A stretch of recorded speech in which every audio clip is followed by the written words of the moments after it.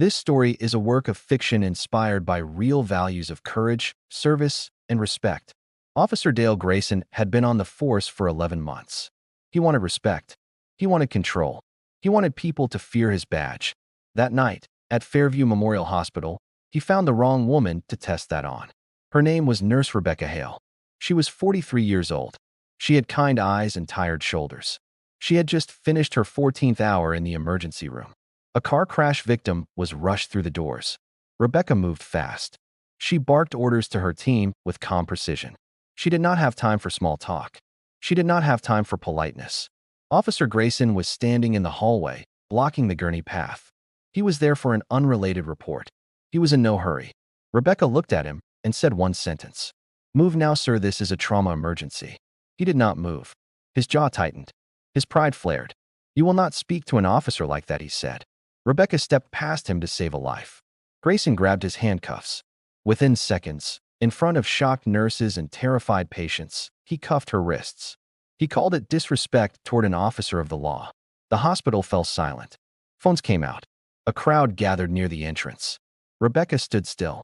Her wrists were bound. Her face stayed calm. She did not cry. She did not argue. She simply said one quiet sentence. "You have no idea who trained me to stay calm under fire." Grayson laughed it off. He thought it was an empty threat. He walked her toward his patrol car. But someone in that crowd recognized her. An older man, a retired Army medic himself, stepped forward. He said her name out loud like it meant something sacred. "That is Captain Rebecca Hale. She served 3 tours as a combat nurse." The crowd went quiet. Grayson hesitated for the first time that night. Word spread fast through phone calls and messages. Within minutes, someone made a call that changed everything.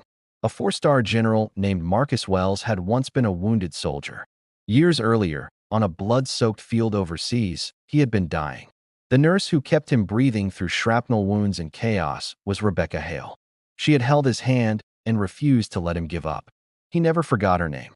He never forgot her face. When his aide told him what just happened, he did not hesitate. "Get me a chopper now," he said. "We are landing at that hospital."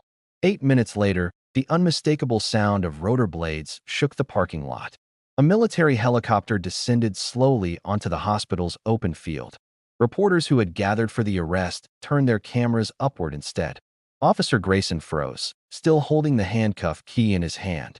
General Wells stepped out in full uniform, medals catching the streetlights. He walked straight past the stunned officers and knelt beside Rebecca. He gently removed the handcuffs himself with his own hands. Then he stood at full attention and saluted her in front of everyone. "This woman saved my life when I had nothing left," he said. "She showed more courage in one night than most people show in a lifetime." Grayson stood frozen, his badge suddenly feeling heavier than ever before. His captain arrived moments later, visibly shaken by what had unfolded. Rebecca did not ask for revenge. She did not ask for an apology. She simply looked at Grayson and spoke with quiet steadiness. "Respect is not something you demand with a badge," she said. "It is something you earn through how you treat people who are tired and trying." The story spread across news outlets within days. People did not remember it as a story about an arrest. They remembered it as a story about quiet strength finally being seen. Grayson was placed under review, and the department issued a public statement. But the real ending was smaller and warmer than any headline. Rebecca returned to her shift the very next evening. She did not want fame. She did not want attention. She just wanted to keep helping people who needed her most. General Wells visits that hospital every year now on the same date. He brings flowers, not for himself, but to remind everyone what quiet service looks like. Sometimes the people who serve us the most say the least about it.